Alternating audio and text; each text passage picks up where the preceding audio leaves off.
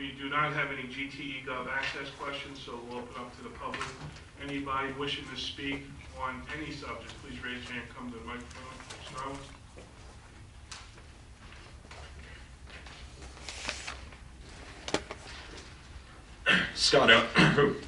Scott Owens, Bellissimo Court, on the aerial section. First, Chief Earl, congrats on another successful National Night Out.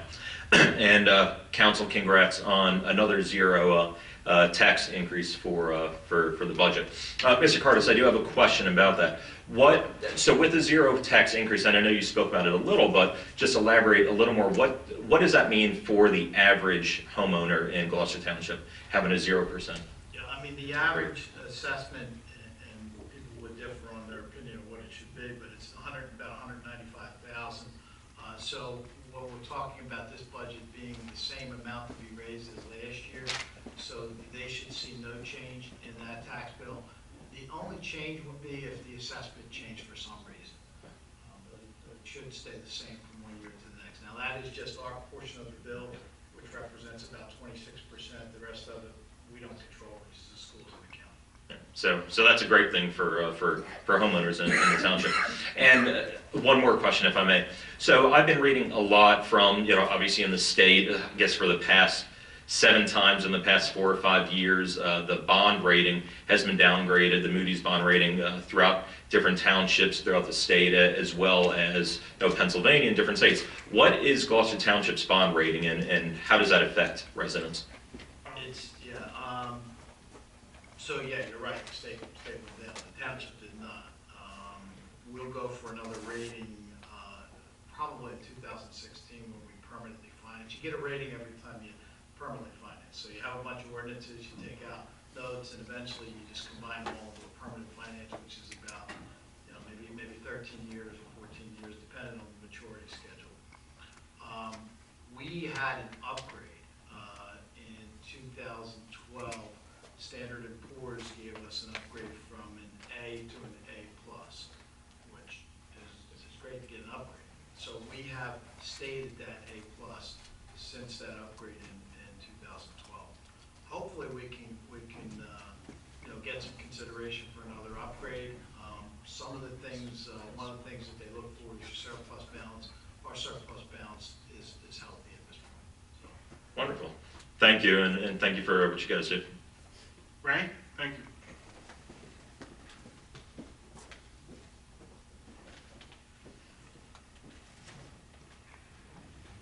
Good evening again, Council. Ray Polidoro Ariel. I will be brief. For Public Works, what makes the determination between Public Works time and a half and double time? Is there a limit to what they make, maybe 8 hours, 10, 14 hours at time and a half before they go to double time? Ray, I'm not positive, so I'd have to look at it to get back to you. I believe it's after a certain number of hours over 40, and I want to say it's either an hour and a half or 2 hours after 40. Then they go to the. I'd rather look at it and get back to you if you don't mind. Not a problem. And if you wouldn't mind, my question is alluding to the amount of overtime of Public Works, and I will commend the job they've done on snow removal on the small streets, on the dead-end streets, but at what cost? And my concern would be the amount of overtime should 8 hours of time and a half then go to double time. That valuable 5th day of the week that we all work, that Public Works doesn't, now becomes a time and a half day. So for the last consecutive weekends or so that we've had snow removal or need for salt or brine, that Friday that we all work would be time and a half for Public Works. At that point, when they're working Friday, does Saturday and Sunday become double time, or is that just added on time and a half?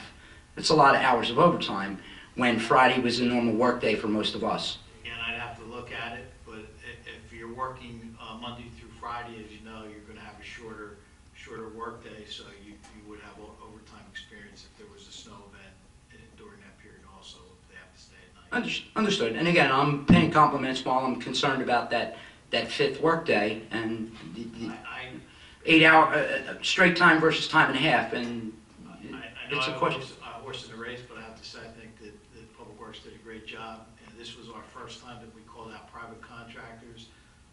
Unfortunately, it was needed. Once we went past 3.5, 4 inches, we had to call on the private contractor. And again, in the past, when we had our bigger storms last year, they had come through the neighborhoods and come through again as the snow continued on. So there's compliments there as well as a concern for the amount of hours at overtime. Right, excuse me? Yeah. The overtime, isn't that all part of the negotiated contract? It is. It's under the contract. Go ahead. We don't control it. Well, we do. We do it when we're calling them out, But we also control it when we negotiate. Correct. Go ahead, man. Not a problem.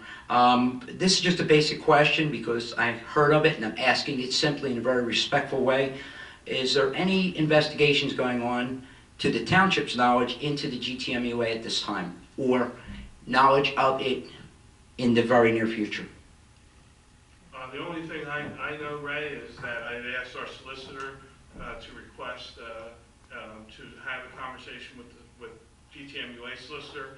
He's requested a list of items, and our solicitor informed me today that he just received them this afternoon. So he will be going through that information and reporting to council. Okay. I don't know if in that investigation, maybe I'm not privy to the answer to this, and maybe I'm making something suggestive in a question form, but maybe included in that investigation is, it was asked of the MUA, or GTMUA, in the past and reemphasized only recently about the former operator and the amount of, I believe, 1,000 hours overtime. And the solicitor at the GTMUA had said that there was nothing in the contract prohibiting that. Now, for those of the people that I handed the contract to that are more knowledgeable than myself, it appears that 1,000 hours overtime equating to near $30,000, in and about $30,000. The statement that solicitor made at the GTMUA may or may not be distinguished the same as those that have read that.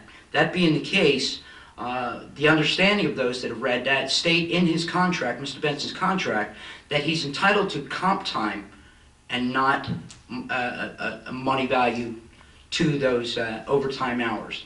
And that would be nice if we could get an answer to that, because it seems to be, we seem to be hearing a different language coming from the GTMUA solicitor.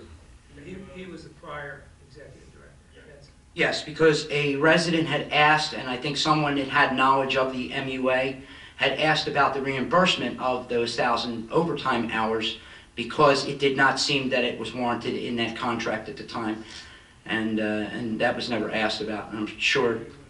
Check into that. I believe that executive director had a contract with the MUA, so if you could I'll check send that, it. and then we can get back to you, right? Okay. And my last question is on the flowers that were just bestowed upon you recently. Last year, did we or did we not have an 8% increase in our tax? I don't have the percentage. I believe it was, in terms of cents, it was approximately 7.5 cents. Okay, and was that not achieved from 0 increases for 4 consecutive years that we banked? And there was 4 years that were 0 increases that, once again, the flowers were thrown all over the place. That was banked, and we caught up on all those increases that we didn't have. Is that correct? I don't have a detail of what portion of last year's increase was allowable, and then what portion would have involved any of the bank that we had. I can find that out and get back to you. If we speak generally without a specific number, if we were to 2% cap, and we didn't have any proposed increase in levy, but yet all those wonderful 4 years that we did save and have a 0 caught up with us. So this year we're introducing a 0. How do we know that we're not going to bank it for a couple more years, and then in the 5th year or so whack the residents of the township again? Again, we had a 7.5 cent increase. I don't know what you're referring to about banking and using the bank. The That was bank- terminology you used, Bank Mr. is Carter. established by the state of New Jersey Division of Local Government Services. It's applied to every single municipality the same. Okay, but again, if we're introducing a 0 increase, and next year we do 0, we do 0 again, and it looks all good until you got to pay the piper, and we paid the piper. So of those years, 1 year wasn't a 0 increase, but it was made up for the zeros. I mean, are we beginning the same cycle all over And again? bank is state law. It's not something we apply for. It's applied to each municipality by the state, and it's uniformly applied. Well then, if that is the case, and we're doing that quote-unquote within the law, I don't think there's much of a celebration for zero today, because it'll come back again. I don't have a crystal ball either, but- What the amount to be raised is, and it's a zero increase over the prior year amount to be raised. You're the one saying celebration, I don't know.